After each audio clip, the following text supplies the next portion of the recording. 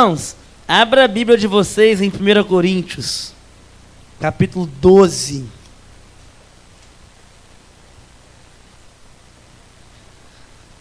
Ela vai servir aqui de... Como é que é o nome disso aqui? Não, tem outro nome que fala. Não é só peso, não tem marca.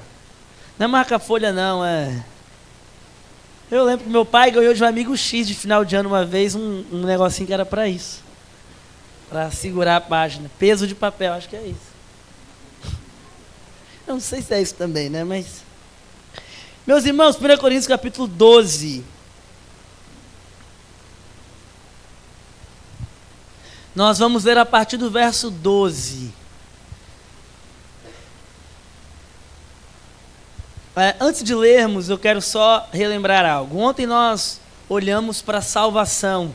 Olhamos para essa primeira parte do nosso tema, salvos. Então nós olhamos para a salvação, né? O nosso foco vai ser no e agora, a partir de hoje até amanhã. Mas ontem nós falamos dessa salvação gloriosa que nos foi disponibilizada em Cristo Jesus. Como que nós fomos alcançados pela graça e como que nós devemos ser encantados pela beleza do Evangelho e da gloriosa salvação em Cristo Jesus. E o nosso objetivo agora, então, é entender o que acontece depois que Cristo me salva. Porque a salvação, ela não termina no momento da conversão, ela inaugura uma nova vida, e como nós estamos vendo no nosso verso base, essa salvação precisa ser desenvolvida. E o que nós vamos olhar agora é alguns aspectos do que significa esse agora, porque o que vem depois do e agora são muitas coisas, né? E eu não vou conseguir esgotá-las em apenas um final de semana, mas eu quero olhar para alguns princípios que eu percebo que são importantes e que, se nós entendermos, vão moldar toda a nossa postura diante dessa pergunta, salvos, e agora?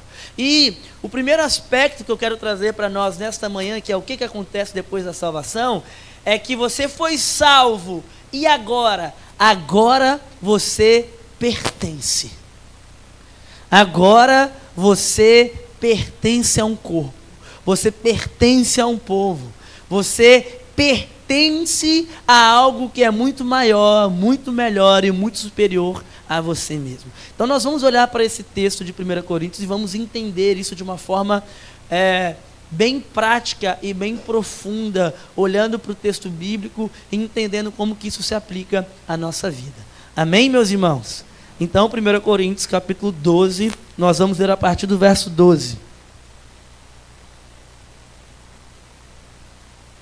Diz assim a palavra de Deus. Nós vamos ler até o 27, tá bom? E aí, nós vamos fazer o seguinte: eu vou ler o 12, vocês o 13, eu o 14, vocês o 15 e assim por diante. Pode ser? Amém, meus irmãos? Para você não ficar com sono. Vamos lá. Porque assim como o corpo é um e tem muitos membros, e todos os membros, sendo muitos, constituem um só corpo, assim também com respeito a Cristo.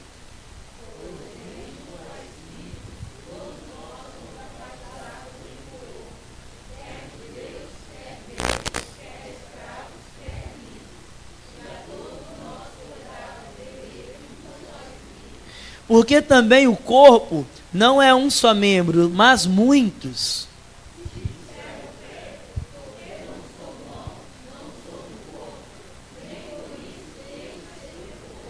Se o ouvido disser, porque não sou olho, não sou do corpo, nem por isso deixa de o ser.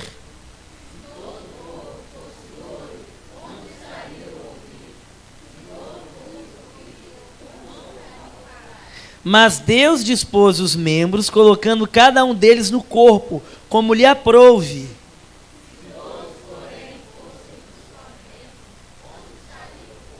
O certo é que há muitos membros, mas um só corpo.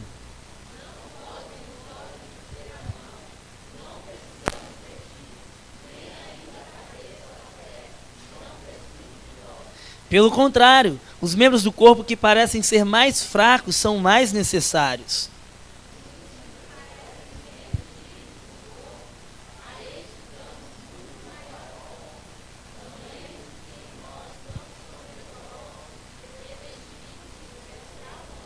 Mas os nossos membros nobres não têm necessidade disso. Contudo, Deus coordenou o corpo, concedendo muito mais honra àquilo que menos tinha.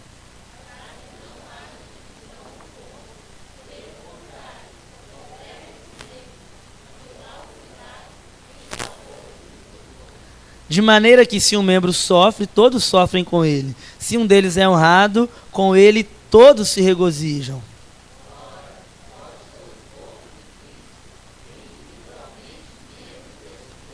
Amém. Vamos ler todos juntos mais uma vez o verso 27. Vamos lá? 1, 2, 3. Ora, vós sois corpo de Cristo e individualmente membros. Deus, eis-nos aqui mais uma vez diante da tua palavra. Por favor, nos ilumine. Por favor, traga revelação aos nossos corações. Por favor, faça uma obra do teu Espírito em nossas vidas, em nome de Jesus. Amém.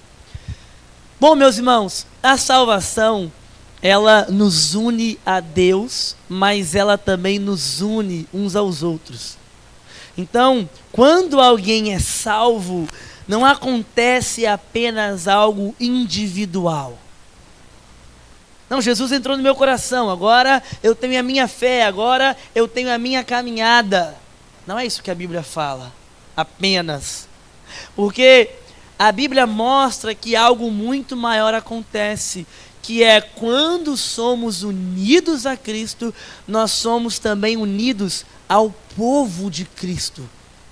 É impossível separar as duas coisas.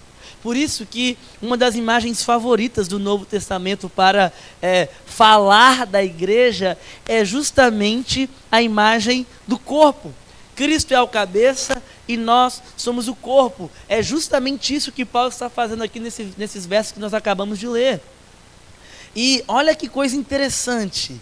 Paulo escreve isso para essa igreja que estava em Corinto, uma igreja que era extremamente problemática.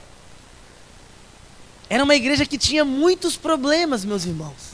Era uma igreja dividida, era uma igreja que tinha carnalidade, era uma igreja competitiva, era uma igreja cheia de disputas, cheia de orgulho espiritual. Às vezes a gente quer achar a igreja perfeita, né?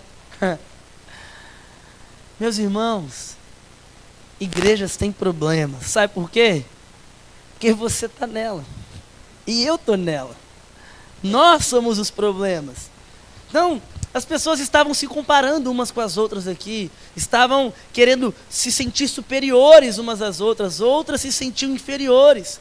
Os dons espirituais viram motivo de status. Então, às vezes, ao invés de viver como corpo, as pessoas estão vivendo como indivíduos tentando aparecer. E não é esse o padrão daquilo que nós vemos na palavra de Deus a respeito da igreja. Então, é dentro desse contexto que Paulo traz essa imagem do corpo para nós entendermos como devemos viver. E isso está, eu não vou dizer que não está nem perto da nossa realidade, isso é a nossa realidade. Porque ainda hoje existem pessoas que se sentem inúteis dentro da igreja, que acham que não tem lugar, ou então que se comparam, ou então que acreditam que apenas aqueles que aparecem é que são importantes. Ou então há aqueles que vivem uma fé de forma isolada e acham que está tudo certo. Ou há aqueles que olham para a igreja e acham que a igreja é apenas um lugar aonde eu vou para poder assistir alguma coisa e depois volto para casa. Mas a realidade que as Escrituras trazem do que é a igreja, ela é infinitamente maior do que essas percepções comuns que muitas vezes acontecem dentro das nossas cabeças em relação à igreja. A igreja não é um evento, a igreja não é uma plateia, a igreja não é um espaço religioso. A igreja é um corpo vivo. Isso é a igreja.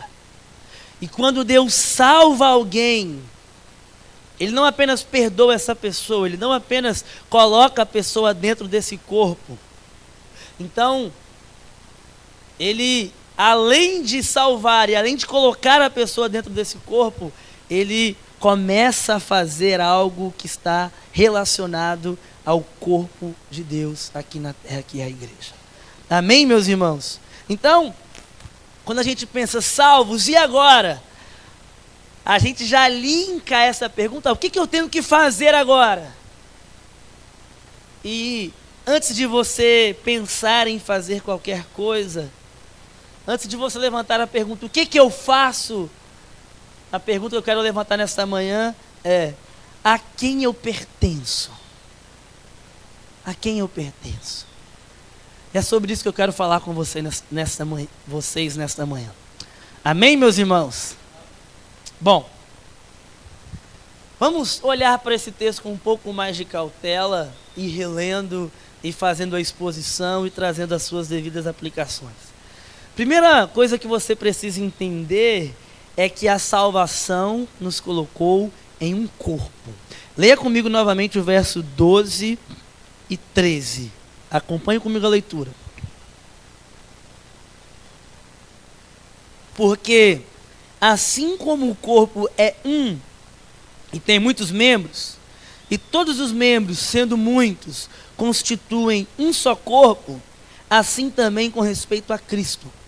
Pois em um só Espírito todos nós fomos batizados em um corpo, quer judeus, quer gregos, quer escravos, quer livres. E a todos nós foi dado de beber de um só Espírito.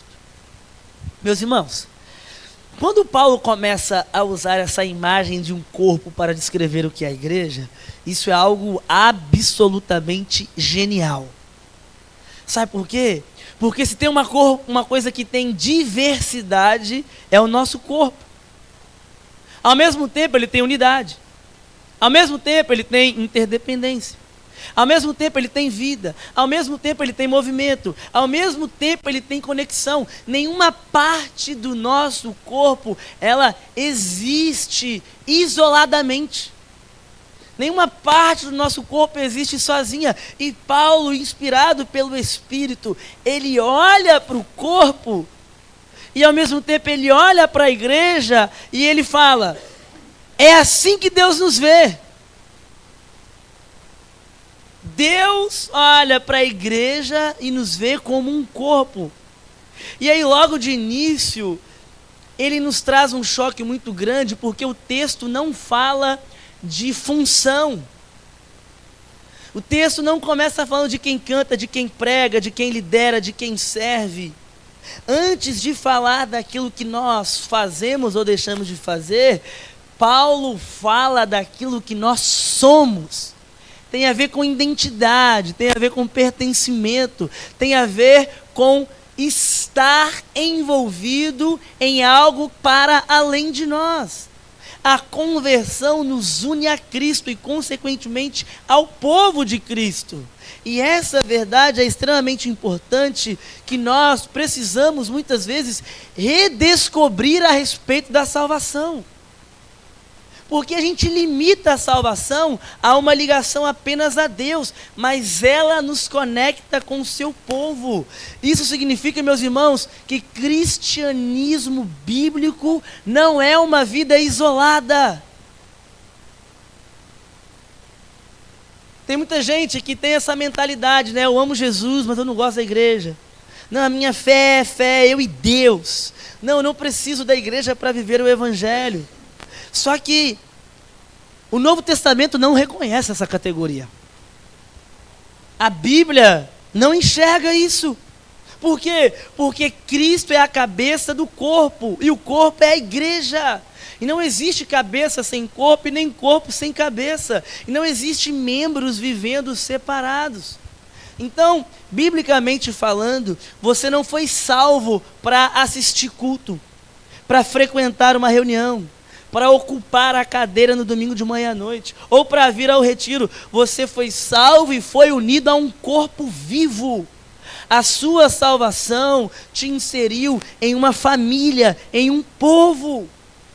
Então há uma beleza na unidade cristã que nós precisamos clamar para que Deus abra os nossos olhos para enxergar isso.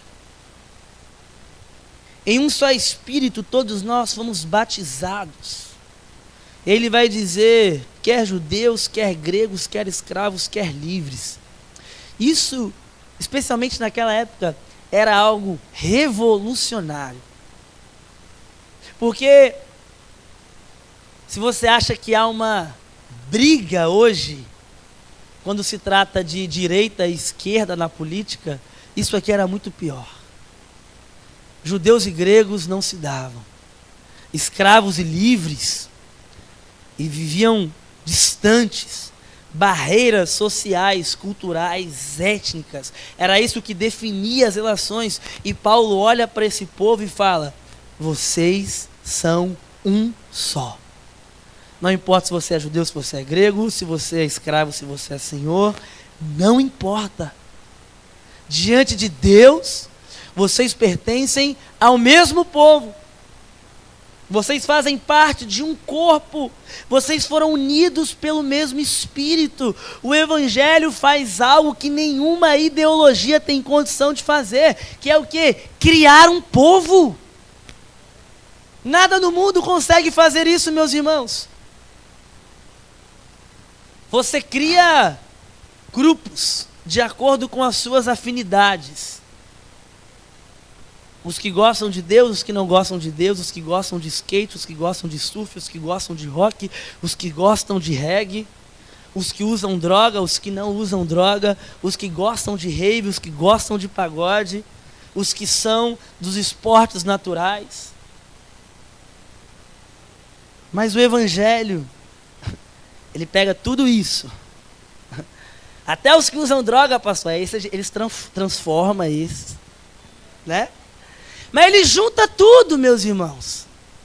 Ele cria um povo com histórias diferentes, com personalidades diferentes, com culturas diferentes, mas que agora pertence ao mesmo povo.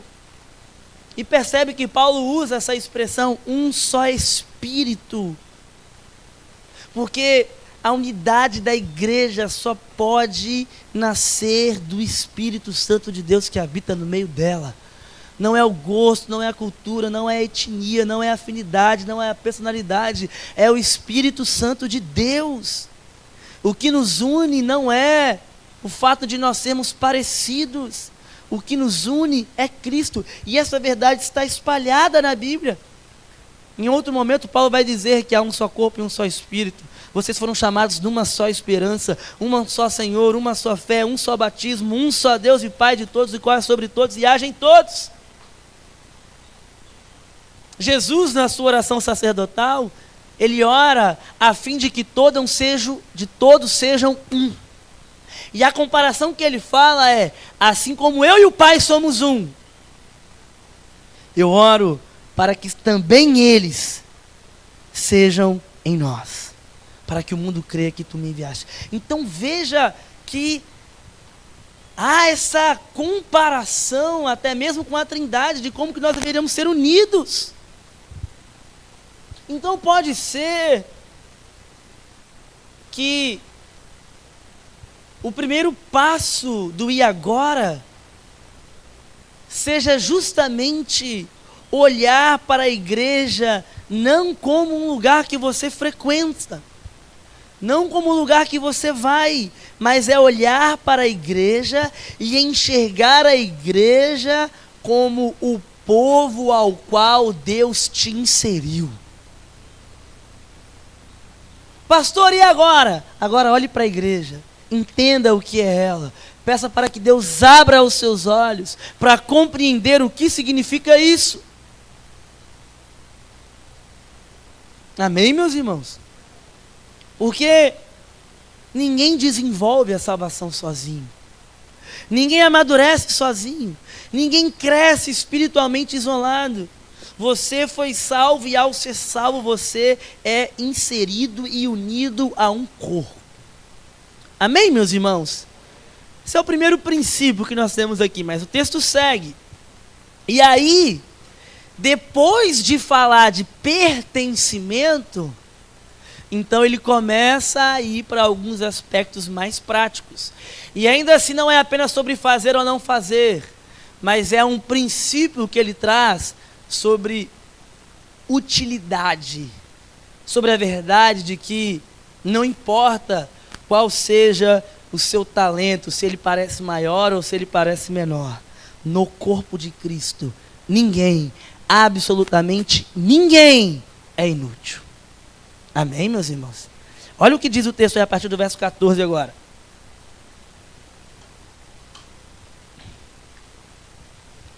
Eu estou tomando bastante água, meus irmãos, porque eu me lembrei ontem à noite que é eu que prego todos os cultos.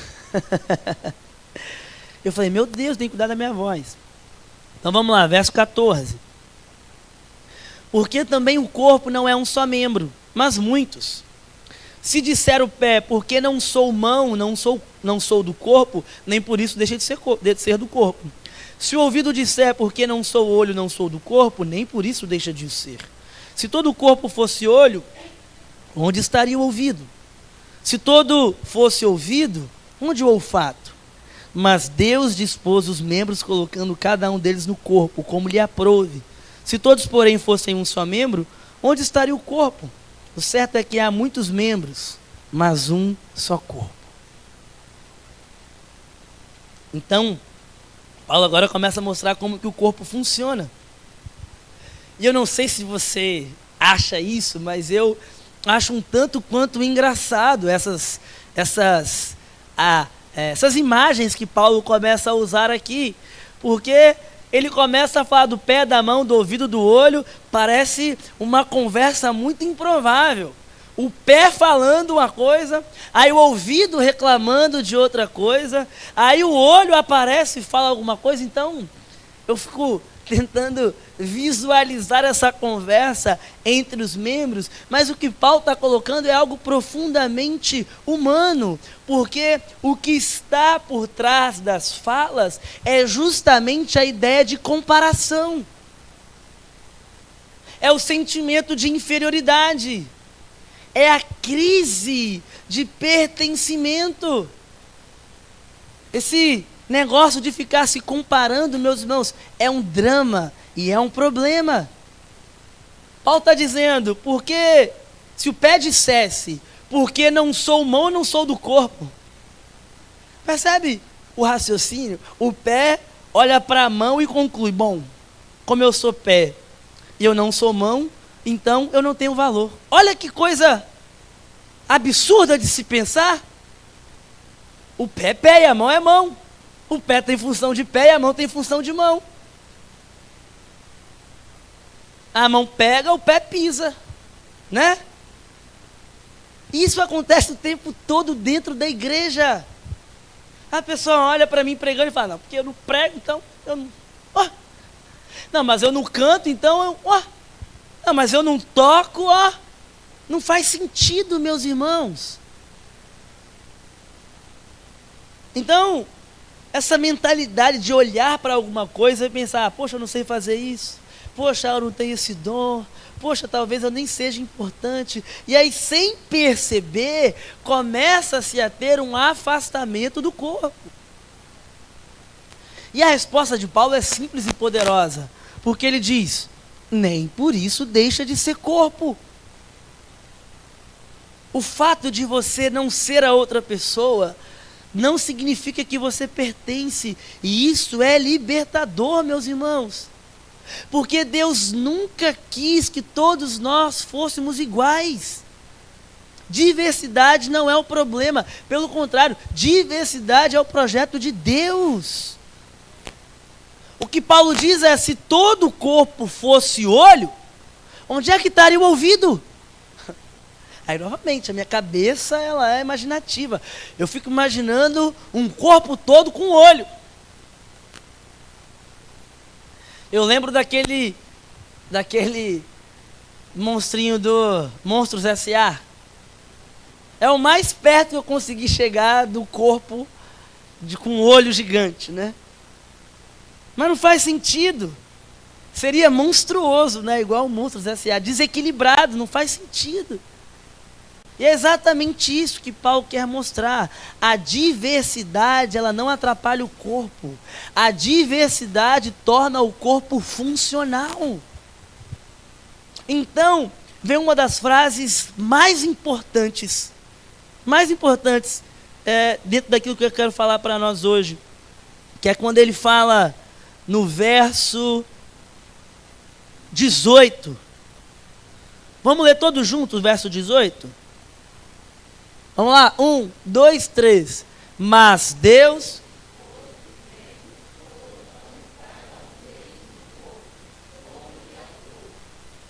Quem dispôs os membros? Foi o pastor? Foi o presbítero? Foi o líder de louvor?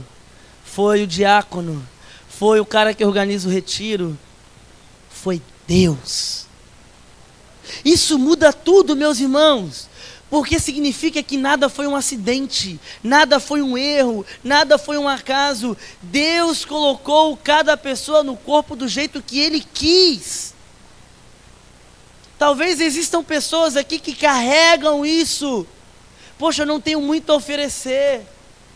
Poxa, eu não sou tão importante. Poxa, tem pessoas que fazem melhor do que eu. Mas a Bíblia responde que foi Deus quem colocou você no corpo. O seu valor não está no quanto você aparece, no microfone, na visibilidade, na comparação. O seu valor está no fato de que Deus decidiu que o corpo precisava de você. Foi Deus. Isso nos ajuda a entender que os dons espirituais, eles não são medalhas, eles não são currículos, eles não são sinais de superioridade. Os dons são expressões da graça de Deus distribuída no corpo. Então você foi amado em Cristo Jesus, mesmo sendo tudo aquilo que você era, como eu disse ontem, mas a partir do momento que você foi salvo em Cristo Jesus, Ele te coloca e te insere no corpo da forma que Ele acha melhor. É por isso que mais à frente, em Romanos 12, Paulo vai dizer que uns servem, outros ensinam, outros encorajam, outros contribuem, outros lideram, outros exercem misericórdia. Está logo... E aqui, em seguida, eu vou falar sobre isso daqui a pouco, ele vai entrar naquela questão do amor. Mostrando que o amor é justamente para ser entendido dentro dessa mentalidade de igreja. Então, meus irmãos, nem tudo é palco, nem tudo é visível, mas com toda certeza tudo é importante. Tem gente que acolhe pessoas, tem gente que percebe que está triste, tem gente que ora pelos outros, tem gente que serve nos bastidores, tem gente que organiza, que ajuda, que sustenta, que cuida, que encoraja. E muitas vezes, essas pessoas acham que fazem pouco, mas o corpo entraria em colapso se não houvesse elas. E Jesus nunca tratou as pessoas pela sua visibilidade.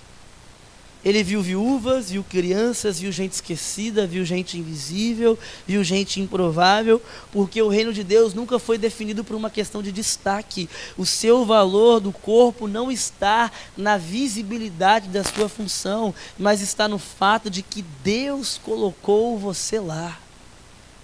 Deus inseriu você lá. Então, meus irmãos, nós precisamos mudar a mentalidade sobre aquilo que eu sei ou aquilo que eu não sei. Foi Deus quem nos colocou aqui. Amém, meus irmãos? Bom, Paulo ainda não terminou.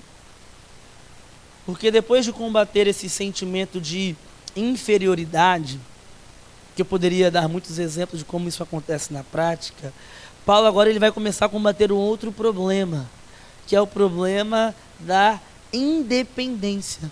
Porque se por um lado ele fala que ninguém no corpo é inútil, por outro lado ele também vai falar que ninguém no corpo vive sozinho. Ele mostra o outro lado da moeda. Agora ele confronta aqueles que dizem assim: bom, eu não preciso de ninguém. Primeiro ele confronta aqueles que dizem: poxa, eu não tenho valor. Agora ele confronta esses que acham que não precisam de ninguém. E esse, com toda certeza, é um grande desafio dentro da igreja moderna, porque nós vivemos em uma cultura que é individualista, que é autossuficiente, que é consumista, que as pessoas querem pertencer sem se envolver. Elas querem receber sem caminhar junto. Elas querem assistir sem carregar ninguém. E Paulo destrói completamente essa lógica. Vamos olhar agora a partir do verso 21.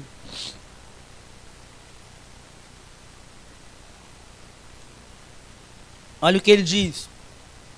Não podem os olhos dizer à mão, não precisamos de ti.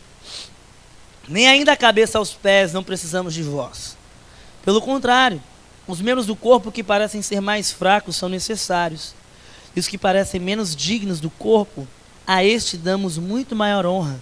Também os que em nós não são decorosos, revestimos de especial honra.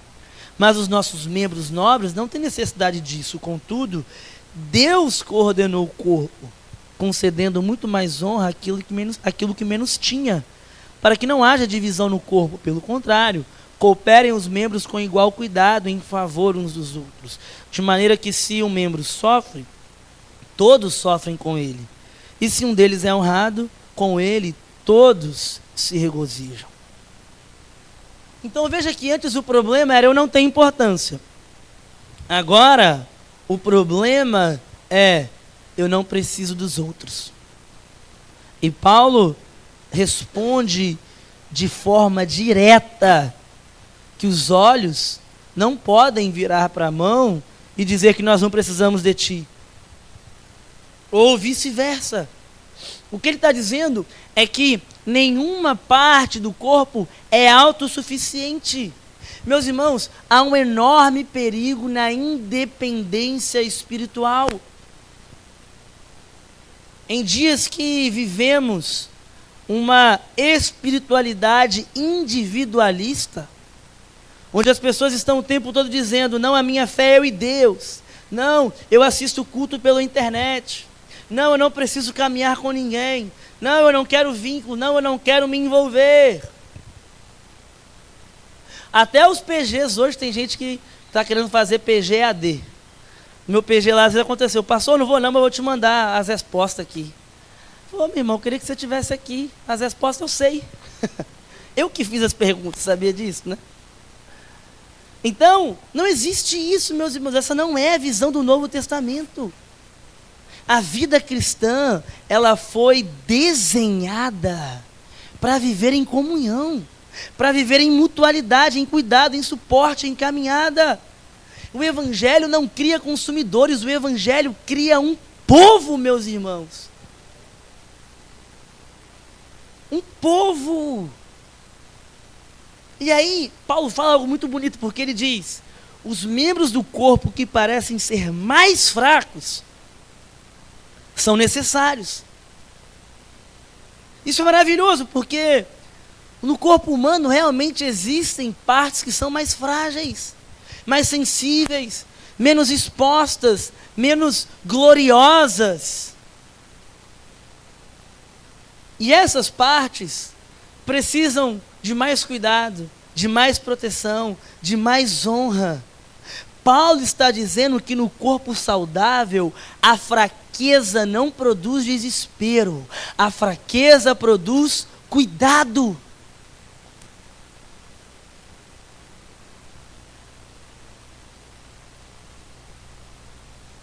No corpo tem gente fraca, meus irmãos, que precisa de cuidado.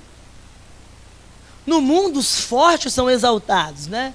Os visíveis aqui são honrados. E os frágeis são esquecidos. Há essa cultura meritocrática, né? Que você trabalha, que você tem que ser forte, que você tem que aparecer, que você tem que ser visto. De quem não é visto não é lembrado. Isso é lá fora. Ou isso é aqui embaixo. No plano espiritual, meus irmãos, no corpo de Cristo, a coisa é diferente. Existem pessoas feridas, cansadas, frágeis, silenciosas, quebradas, que que muitas vezes ficam invisíveis, e Paulo está dizendo que isso não deve acontecer no corpo. Tanto que no verso 25 ele fala, para que não haja divisão no corpo. Essa é a intenção de Deus, porque a divisão, ela não começa com brigas visíveis. A divisão às vezes acontece ou começa quando nós nos isolamos, quando nós nos comparamos, quando nós competimos, quando nós vivemos uma fé sem um relacionamento real, mas Deus coordenou o corpo de outro modo. E o modo que ele fala é: cooperem os membros com igual cuidado em favor uns dos outros. Igual cuidado em favor uns dos outros. Isso é lindo, meus irmãos. Ninguém fica para trás. Ninguém é descartável. Ninguém carrega sozinho. Ninguém sofre sozinho.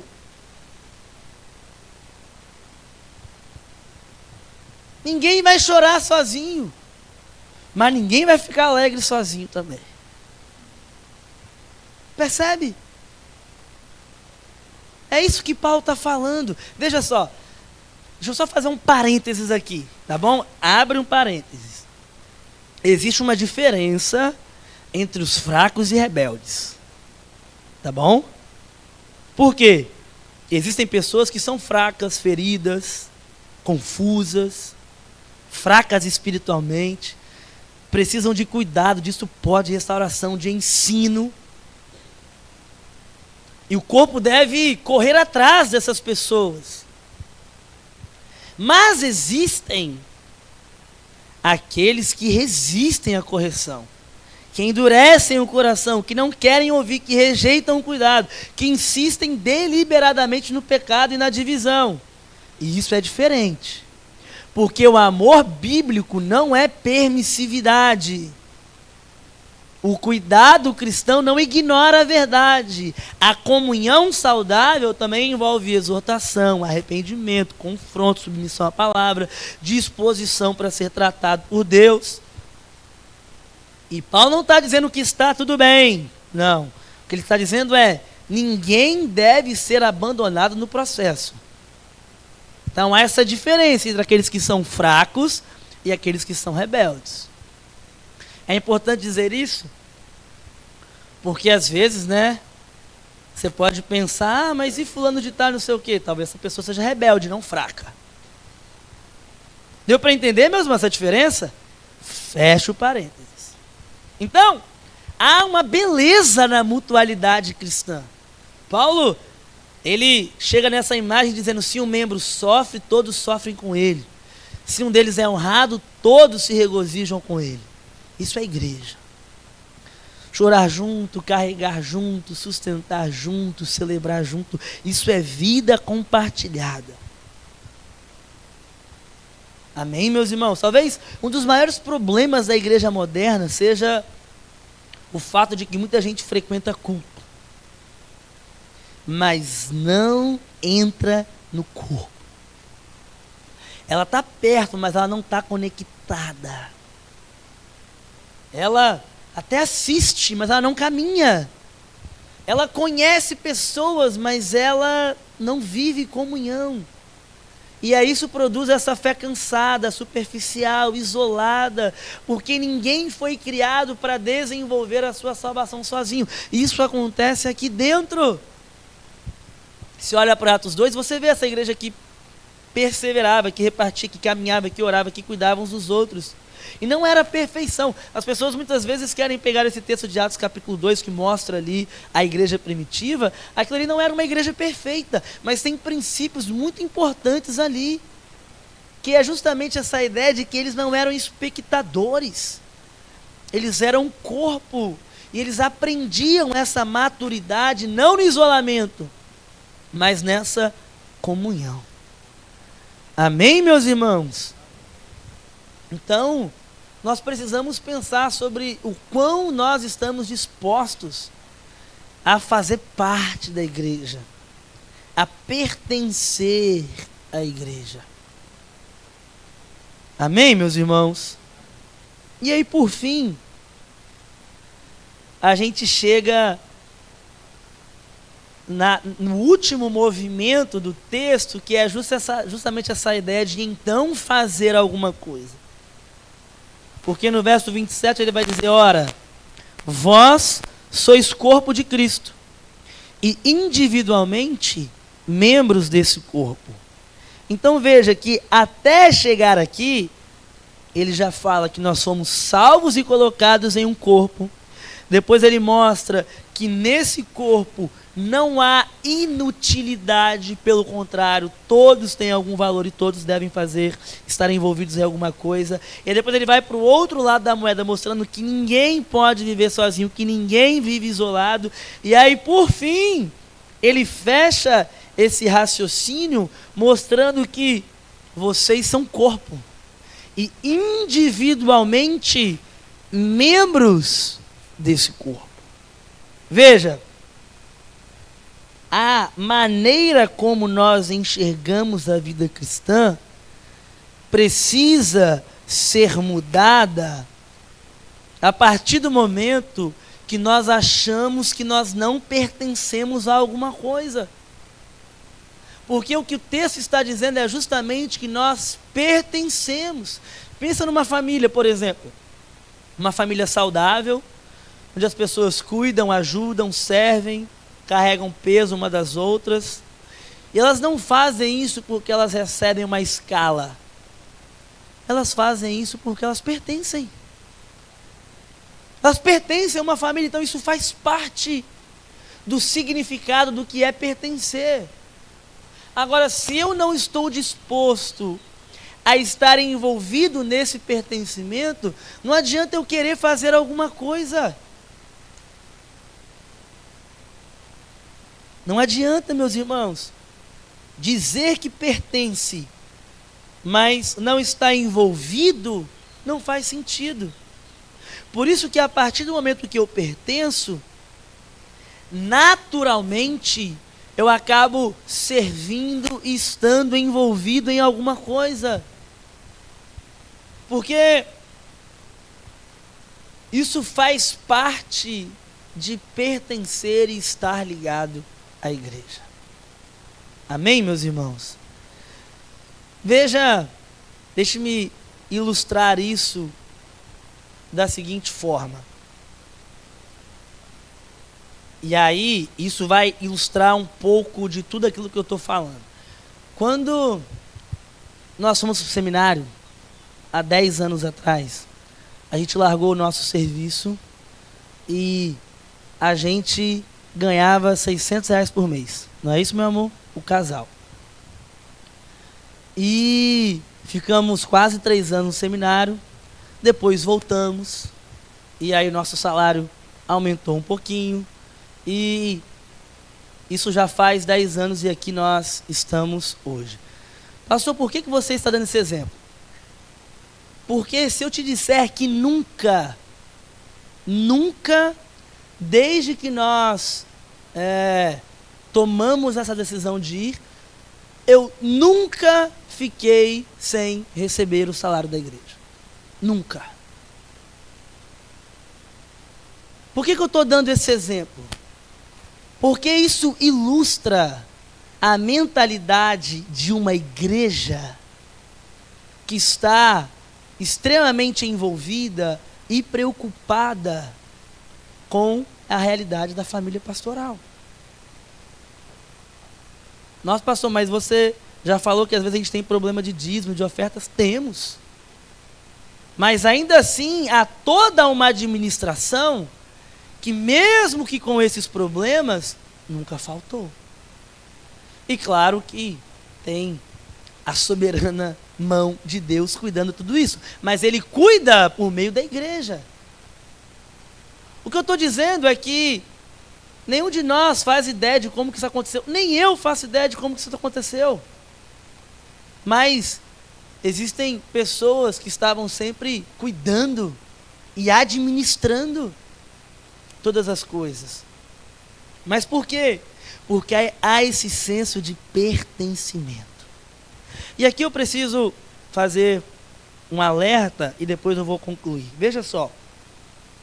Porque quando se fala de serviço cristão e fazer alguma coisa e estar envolvido fazendo alguma coisa na igreja, às vezes as pessoas lidam com isso como uma espécie de obrigação, ou de ativismo, ou de tentar provar o meu valor, ou de tentar mostrar a minha performance espiritual. E aí o serviço acaba virando peso.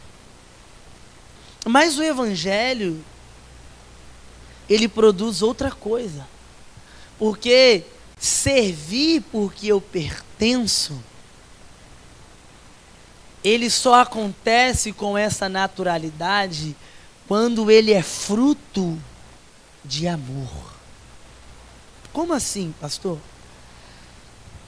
Quando a gente finaliza o capítulo 12 de 1 Coríntios, você logo inicia o capítulo 13 que fala de amor. Lembra? Ainda que eu fale a língua dos homens e dos anjos, se não tiver amor, nada serei. Trará, trará. As pessoas usam esse texto muito para o casamento, né? Mas esse texto não está falando de casamento. Estou dizendo que você não pode usar para você se declarar, né, para seu marido, sua esposa. Mas esse texto está falando de serviço na igreja. Sabe por quê? Porque dons sem amor são vazios. Serviço sem amor é barulho. Participação sem amor vira religiosidade. O verdadeiro serviço cristão, ele nasce de um coração que ama. E por amar a Cristo, ele ama o seu povo. Então, eu não faço porque, eu tenho que fazer, nossa. Eu já conversei com o Maria esses dias. Reclamou que tem muito serviço, tira. Por quê? Porque, pastor, não pode falar que está pesado? Depende, né? Como é que é o tom? Você não quer fazer? Está difícil, está cansado? É porque falta amor, meus irmãos. Porque quando você ama, há prazer, a satisfação, a alegria. Então, estar envolvido na vida de comunidade não deveria ser algo cansativo, algo pesaroso. Se é porque você não está fazendo por amor. E quando você olha para Cristo, por que Cristo serviu em todo o tempo? Porque Ele amava. Você não vê Jesus reclamando. Jesus lava pés, Jesus acolhe fracos, Jesus carrega dores, Jesus toca os esquecidos. Jesus chega ao maior nível de serviço, de dar a sua vida pela humanidade. E qual foi a motivação? Amor. Amor, não existe serviço sem amor. Então, meus irmãos, a pergunta da vida cristã não é como eu posso provar que eu sou importante. A pergunta é: como eu posso amar o corpo do qual agora eu faço parte?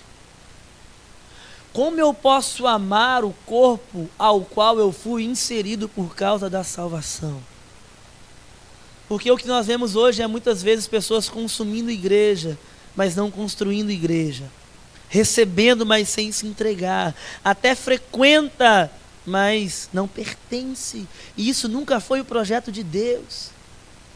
Então, meus irmãos, antes de perguntar o que eu faço, a Bíblia nos ensina a perguntar a quem eu pertenço. E a resposta é que eu pertenço a Cristo. E porque eu pertenço a Cristo, eu também pertenço ao corpo. Amém, meus irmãos? Então, quero concluir dizendo que pode ser que você olhe para a igreja como um lugar que você frequenta. Para assistir um culto, para ouvir uma mensagem, para participar de um evento, para cumprir uma rotina espiritual. Mas Deus olha para a igreja de forma diferente. A relação que a palavra usa é corpo, é família. E isso é muito diferente. Então, o e agora, ele começa aqui, aprendendo a pertencer. Porque ninguém amadurece sozinho, ninguém cresce sozinho, ninguém desenvolve a salvação sozinho. Foi Deus quem decidiu que a vida cristã, ela deve ser vivida no seu corpo. Então, nesta manhã, a primeira coisa que nós precisamos entender nesse retiro, o pós-salvação, é justamente que a Bíblia nos chama para sair do isolamento, para parar de assistir, para parar de deixar de viver uma fé distante, para abrir o coração e caminhar junto, amar o corpo, cuidar, ser cuidado, porque o corpo só funciona quando os membros estão conectados, quando existe amor, quando existe mutualidade, quando existe entrega. E tudo isso começa em Jesus. Foi Cristo quem nos salvou, foi Cristo quem nos uniu a si mesmo e nos colocou dentro do seu povo. Nós pertencemos a Ele. Hoje à noite nós vamos pensar sobre isso, o fato de pertencermos a Ele. São esses aspectos que eu quero mostrar daquilo que acontece pós-salvação. Então, nós não temos que necessariamente perguntar qual é o nosso lugar. Nós temos que nos perguntar se estamos dispostos a viver como parte do corpo que Cristo comprou com o seu sangue. Amém, meus irmãos? Então, eu quero ainda fazer um último adendo. Que você pode estar pensando, nossa, mas o pastor já falou muito sobre isso há um tempo atrás. E de fato eu já falei muito sobre isso. E por que eu estou falando de novo? Porque isso é necessário para nós. Porque nós ainda não estamos vivendo como igreja da forma que a palavra de Deus nos mostra. Então é um chamado para que nós cresçamos e amadureçamos nisso. Você não foi chamado apenas para crer em Cristo. Você foi chamado para caminhar também com o povo dele. Que você foi inserido em um corpo. Você pertence a alguém. O tema dessa primeira mensagem é chamados para pertencer. Você pertence. Se você foi salvo, você pertence a um corpo. Se você está aqui, se você foi salvo dentro desse contexto, Deus te colocou aqui e você pertence a este corpo. Amém, meus irmãos? Curva sua cabeça, vamos orar mais uma vez.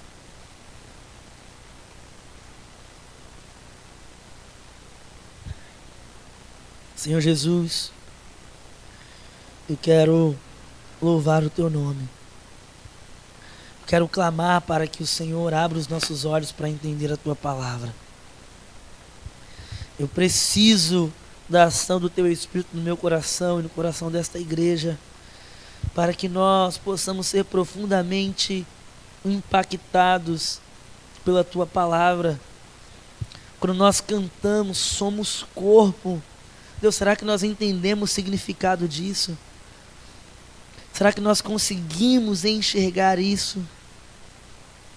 Não importa se somos fracos ou fortes, não importa se temos muitos dons ou poucos dons, o que importa é que nós fomos salvos e fomos inseridos em um corpo. Foi o Senhor quem decidiu que fosse assim, foi o Senhor quem nos colocou aqui, foi o Senhor que nos inseriu neste lugar, foi o Senhor que nos inseriu nessa parte do teu corpo espalhado pelo mundo. É aqui que nós estamos.